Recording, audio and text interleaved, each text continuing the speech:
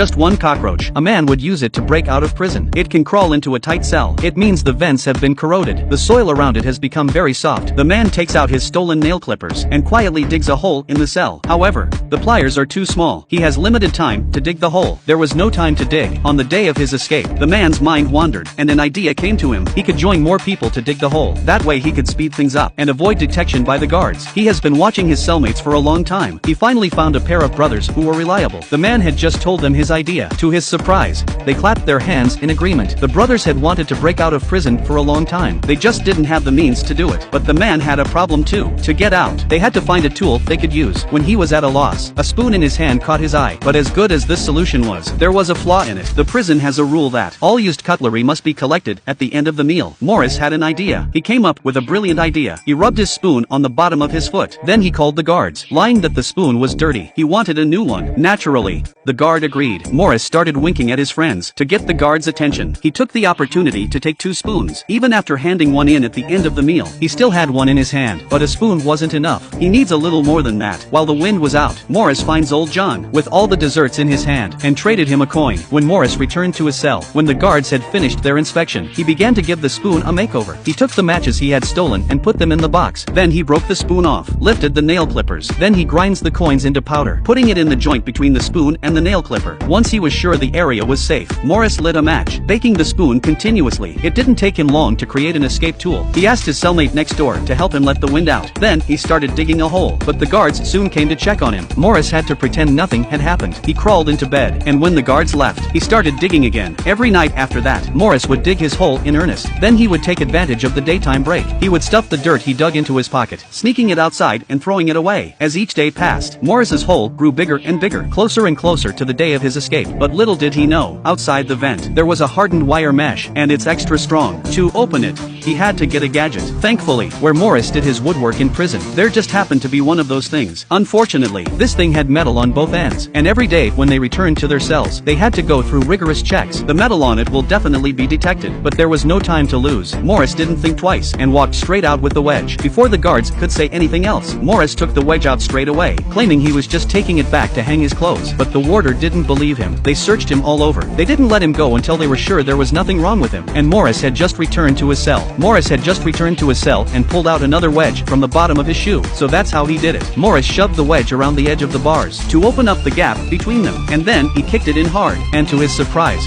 the netting came loose. To avoid detection by the guards, Morris decided to make a fake vent.